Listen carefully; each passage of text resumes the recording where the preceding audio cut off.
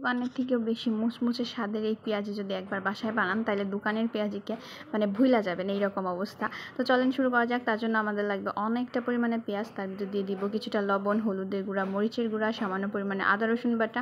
এখন দিয়ে দিব আটাটাকে দিয়ে এখন পেঁয়াজটাকে খুব সুন্দর করে একদম চটকায় নিতে হবে। পেঁয়াজের ভেতরে যে পানি থাকবে সেই পানিতেই খুব সুন্দর করে মাখানো হয়ে যাবে। তারপর দিয়ে দিছি পরিমাণ মতো কিছুটা কাঁচামরিচ। এখানে হচ্ছে তেলটা গরম করে নিতেছি। তেলটা খুব সুন্দর করে গরম করা হয়ে গেলে তারপরে যে ছোট ছোট করে পেঁয়াজির আকারে মানে দিয়ে নিব, দিয়ে তারপর খুব সুন্দর করে বাদামি করে লাল লাল করে এপিট ওপিট ভাজা নিব। তো এই তো আমাদের মুচমুচে পেঁয়াজি রেডি। এভাবে একবার হলেও বাসায় বানায় যে খাবেন আর জানাবেন কেমন হয়েছে। তো ভালো থাকবে। কি দেখতে খুব বেশি লোভনীয় লাগতেছে নাকি?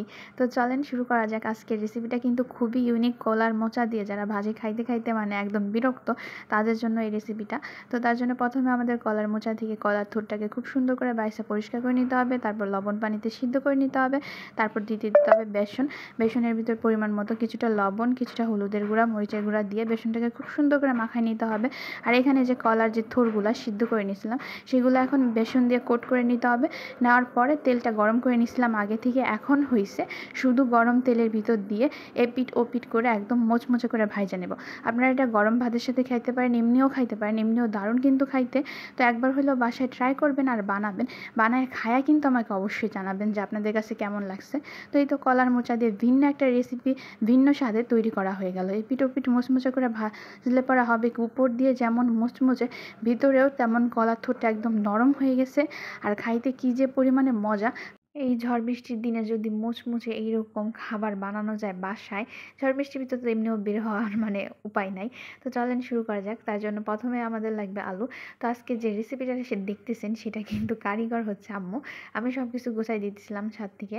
তো এখানে হইছে আলুটাকে প্রথমে খুব সুন্দর করে ছুইলা তারপর হইছে একদম গ্রেট করে নিচ্ছে। তারপরে এখানে আমাকে হচ্ছে পেঁয়াজ আর কাঁচামরিচ যেটা সেটা হচ্ছে কাটতে দিয়েছিল, সেটা খুব সুন্দর করে কাইটে নিচ্ছে। এখন পরিমাণ মতো ঝালের জন্য অনেকটা পরিমাণে কাঁচামরিচ, তারপর পেঁয়াজ কুচি দিয়ে তারপর কিছুটা পরিমাণে বেসন দিয়ে দিল।